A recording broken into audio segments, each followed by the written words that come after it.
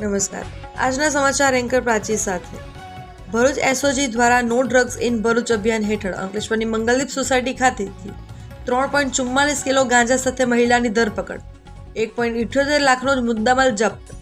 ભરૂચ જિલ્લામાં યુવાધનને નશાના રવાડે ચડતું અટકાવવા અને નશીલા પદાર્થોના ખરીદ વેચાણ તેમજ હેરાફેરી સામે કડક કાર્યવાહી કરવા માટે ભરૂચ પોલીસ અધિક્ષક અક્ષય રાજ દ્વારા no drugs in Bharuch campaign દ્વારા અમલી બનાવવામાં આવ્યું છે. આ અભિયાન અંતર્ગત એસઓજી પોલીસ ઇન્સ્પેક્ટર એવી પાણમિયાના માર્ગદર્શન હેઠળ એસઓજી સ્ટાફની ટીમો દ્વારા જિલ્લામાં સઘન પેટ્રોલિંગ હાથ ધરવામાં આવ્યું હતું. આ દરમિયાન એસઓજીઆઈ રાજેન્દ્રભાઈ નાથાભાઈને મળેલી ચોક્કસ બાતમીના આધારે અંકલેશ્વરના સારંગપુર વિસ્તારમાં આવેલા રાજપીપળા રોડ પરની મંગલદીપ સોસાયટીમાં દરોડો પાડવામાં આવ્યો હતો.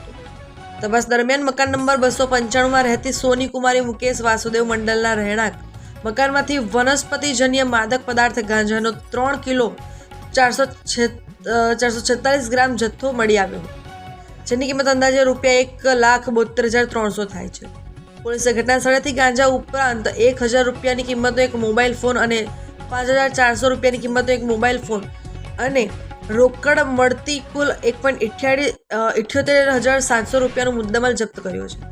આ ગુનામાં ઓડિશા ખાતે રહેતા સુમિત નામના શખ્સને વોન્ટેડ જાહેર કરવામાં આવ્યો છે.